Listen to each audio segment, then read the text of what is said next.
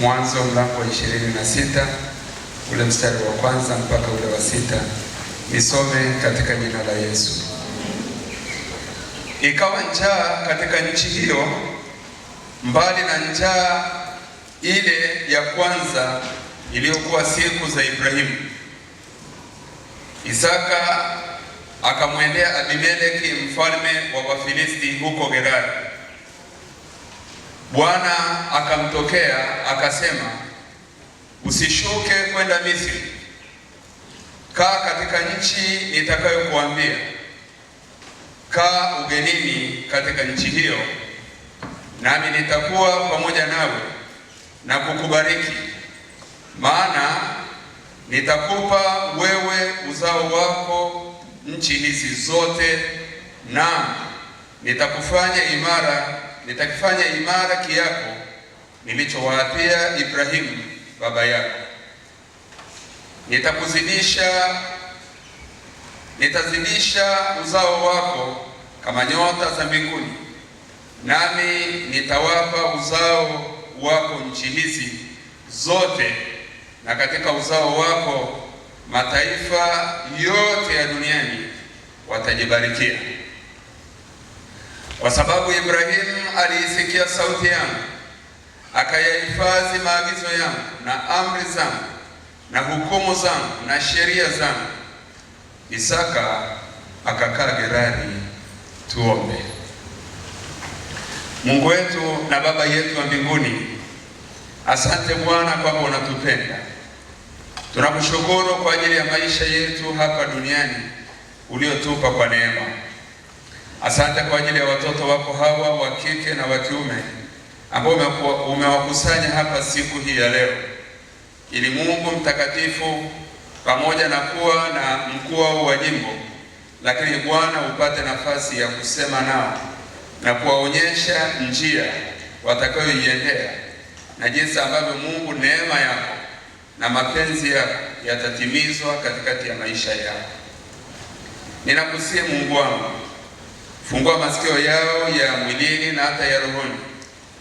Tuliza fikra na fahamu zao, wape utulivu wa kutosha, ili yale yote unayotaka na kupenda kusema nao siku hii ya leo yasidondoke chini. Bwana, yaingie katika mioyo yao, yawasaidie, iwe mbegu njema itakayoota katika mioyo yao, kiwe chakula kizuri cha njiani watakachokitembelea katikati ya maisha yao, ili Mungu mtakatifu wapate kufanikiwa sana. Baba, useme nao siku hii ya leo, ujifunue kama Mungu mwenye nguvu, ili Mungu mtakatifu wakupenda na kukutii. Yesu Kristo Mwokozi wetu tusikie. Amen. Amen. Mheshimiwa mkuu wa jimbo letu, ni kushukuru sana kwanza kwa kunipa nafasi hii ya kusimama mbele ya vijana hawa na kusema neno la ufunguzi. Ninakushukuru sana, Mungu akubariki. Pamoja na mkuu wa jimbo, nimshukuru sana mshauri pamoja na uongozi wa vijana, mwenyekiti na timu yake kwa maandalizi na kazi kubwa ambayo yameyafanya mpaka tukaona hawa vijana wametokea hapa siku ya leo. Mungu awabariki sana. Sasa nimepewa kazi ya ufunguzi, lakini katika ufunguzi huu, Mheshimiwa mkuu wa jimbo, nikatamani sana kuzungumza na vijana hawa jambo dogo tu, kwamba Mungu afungue macho yao waone fursa ambazo Mungu ameziweka katika maisha yao. Mungu afungue macho ili muone fursa ambazo Mungu ameziweka. Fursa. Hebu sema fursa. Sema tena fursa. Mungu afungue macho yenu. Yaani ni kama kusema, Mungu naomba ufungue macho yangu. Naomba ufungue macho yangu Mungu. Nione kama unavyotaka nione. Nitembee katika mapenzi na makusudi yako. Nimechagua neno hili ni tumtafakari kidogo Isaka. Tumtafakari kidogo Isaka. Ukisoma habari hii kuanzia mlango wa 25 na mlango wa 26, tutaona habari za huyu mtu wa Mungu Isaka. na pale tunaelezwa vizuri sana jinsi ambavyo Mungu anajifunua na anajifunua kwa watoto wake Hawa, na jinsi ambavyo Mungu anadhihirisha wema na uaminifu wake kwa watoto wake Hawa, kipekee sana Isaka. Biblia inaanza kwa kuonyesha njaa. Njaa inatokea katika nchi, na nchi hii iliteswa na njaa. Anasema si mara ya kwanza, anaonyesha mara ya pili, maana kipindi cha Ibrahimu nayo ilitokea njaa mpaka ikabidi waame. Wakati mwingine kuna vitu ambavyo vinaweza vikawa kama changamoto kwenye maisha yetu, vikatutesa. Unaweza ukazaliwa kwenye familia ukakutana na mambo ambayo yanakuwa kama mwiba, hayakufanyi ukasogea mbele. Kwa taifa la Israeli tunaona njaa ilikuwa ni changamoto. Ibrahimu katika kipindi chake anakutana na njaa, tena wanakimbilia huko Misri. Na kipindi hiki cha Isaka mwanaye wanakutana na njaa. Njaa inatokea katika nchi. Juzi nilikuwa naangalia vyombo vya habari vinaonyesha jinsi ambavyo hasa kwa jamii yetu ya wafugaji mpaka wananyanyua ng'ombe, yaani ng'ombe wameshindwa kutembea, wananyanyua mifugo hii kuisaidia. Wengine wanaona nuna hata kuilisha na kadhalika, wanatafuta pumba wanachanganya na maji ipate hata nguvu. Tunaona jua kidogo lililowaka limesababisha mifugo inaathirika, inapata changamoto. Njaa katika nchi. Sasa ilikuwa njaa si ya kawaida.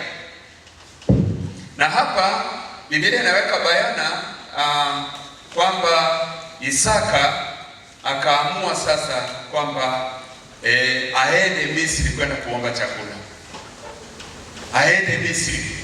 chakula. Na Mungu anafahamu maisha yetu. Aliyafahamu maisha ya Isaka.